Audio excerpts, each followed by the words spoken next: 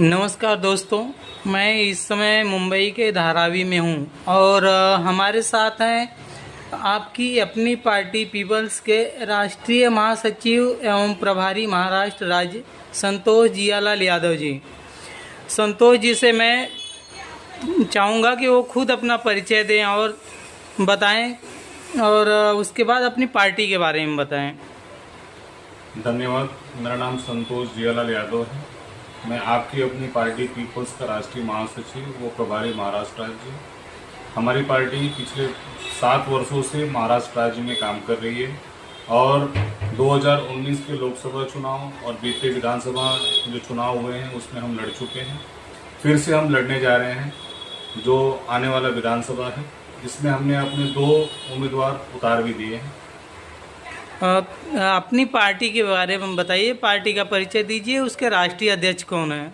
हमारे जो पार्टी आपकी अपनी पार्टी पीपल्स है उसके जो राष्ट्रीय अध्यक्ष हैं वो अधिवक्ता, सुप्रीम कोर्ट के अधिवक्ता माननीय एडवोकेट रामवीर चौहान जी हैं। और ये हमारी जो पार्टी का मुख्यालय है वो दिल्ली में बुराड़ी जो विधानसभा है वहाँ पे हमारी पार्टी का कार्यालय है। मुंबई में आपकी पार्टी कितनी जगहों से चुनाव लड़ रही है और कितने प्रत्याशियों का टिकट अब तक फाइनल हो गया है? मुंबई से हमने धारावी विधानसभा और वर्सोवा विधानसभा को फाइनल किया है। यहाँ से धारावी से मनोज वागचौरे और वर्सोवा से संतोष रायबान करके हैं, उनको हमने फाइनल किया है। और अभी हम फोकस मुंबई जो एरिया है वहाँ पे कर रहे हैं और हम ज़्यादा से ज़्यादा उम्मीदवार उतारने की कोशिश में हैं। पार्टी का चुनाव चिन्ह क्या है सर? अभी तक हम बैटरी टॉर्च लेकर पार्टी का चुनाव चिन्ह, हमारी जो पार्टी का चुनाव चिन्ह बैटरी टॉर्च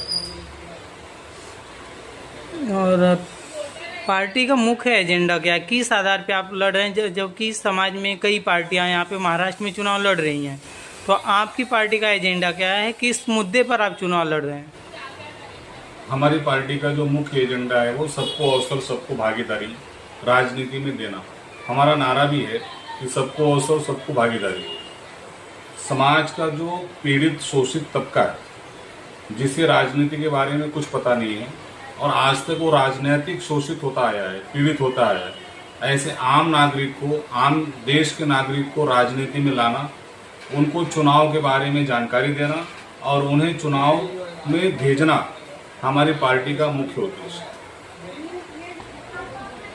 है। अपने जो यहाँ चुनाव आप लड़ रहे हैं, मतदाताओं से क्या अपील करना चाहेंगे, क्या कहेंगे उनसे?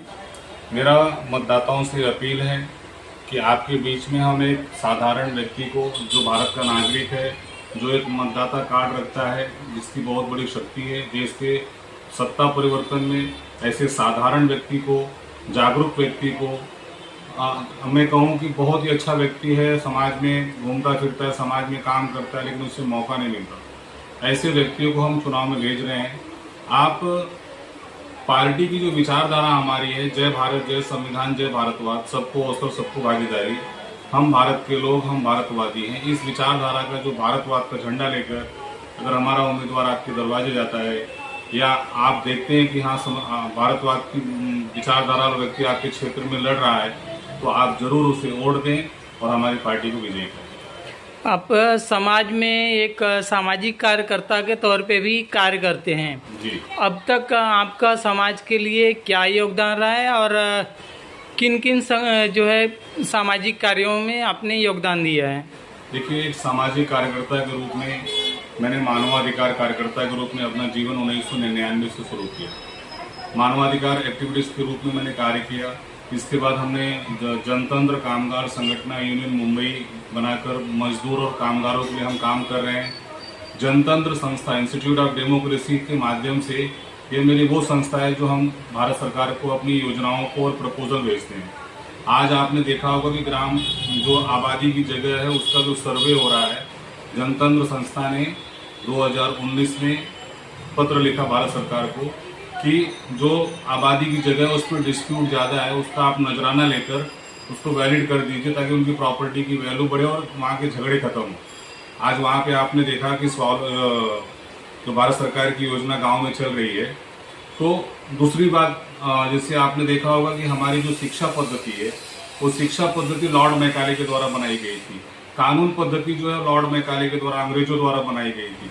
तो मैंने भारत सरकार से एक रिक्वेस्ट किया था कि आप हमारी शिक्षा पर की भारतीय जो हमारी पहचान है उसके हिसाब से भारतीय शिक्षा बोर्ड का गठन किया जाए। तो 4 सितंबर 2023 को भारतीय शिक्षा बोर्ड का गठन हो गया। हमने मांग की थी कि जो कानून व्यवस्था है वो अंग्रेजों के द्वारा बनाई गई, इसमें दंड प्रक्रिया यानी कि न्याय नहीं है। तो मुझे बड़ी खुशी है कि जनतंत्र संस्था की मांग को मानते हुए भारत सरकार ने भारतीय न्याय संहिता का ये जुलाई से उसको शुरुआत कर दी है। इसलिए मैं भारत सरकार का बहुत बहुत आभार व्यक्त करता हूँ। इसी तरीके के छोटे वगैरह जो समाज के जो मुद्दे हैं उसको लेकर मैं काम करता हूँ। संतोष जी, आज के समय में जातिगत समीकरण देखकर टिकट दिया जाता है। जिस बिरादरी, जिस जाति का जहाँ पे बहुमत है उसके आधार पे टिकट दिया जाता है। तो जो लोग आपकी पार्टी से अगर टिकट लेना चाहते हैं तो आपसे किस प्रकार जुड़ सकते हैं और क्या आधार होगा? अगर आप भारत को मानते हैं और अगर आपके अंदर भारत के लिए, अपने राष्ट्र के लिए कुछ करने की जज्बा है और भारत के लोगों के जीवन को सुधारने के लिए अगर आप इच्छा रखते हैं, भारतीय नागरिकों के जीवन में परिवर्तन के लिए, उनके साथ रह के संघर्ष करने के लिए अगर आप विचार रखते हैं, क्योंकि हमारी पार्टी भारतवादी विचारधारा को आगे बढ़ाती है। हमारा नारा है जय भारत, जय संविधान, जय भारतवाद। हमारी प्रस्तावना की जो संविधान की पहली प्रस्तावना है उसमें पहली लाइन में लिखा हुआ है, हम भारत के लोग, हमने उसको आगे बढ़ाया, हम भारतवादी हैं। तो अगर आपके अंदर भारत की विचारधारा है तो आज की जो क्षेत्रवादी पार्टी है, जो समाज के नाम पे पार्टी बनी है, जो वर्ग के नाम पे बनी है, क्षेत्रवाद, प्रांतवाद, जातिवाद के नाम पे जो पार्टियां बनी है, उनको वोट न देते हुए आपकी अपनी पार्टी पीपल्स, जैसा आपको नाम से प्रतीत होता है कि हमने नाम भी ऐसा रखा कि वो आपकी अपनी पार्टी पीपल्स है, तो आप आपकी अपनी पार्टी पीपल्स में आकर आप एक चुनाव लड़ सकते हैं। इसके लिए आप मुझसे संपर्क कर सकते हैं। संतोष जियालाल यादव, 9892958610। बहुत बहुत धन्यवाद। धन्यवाद।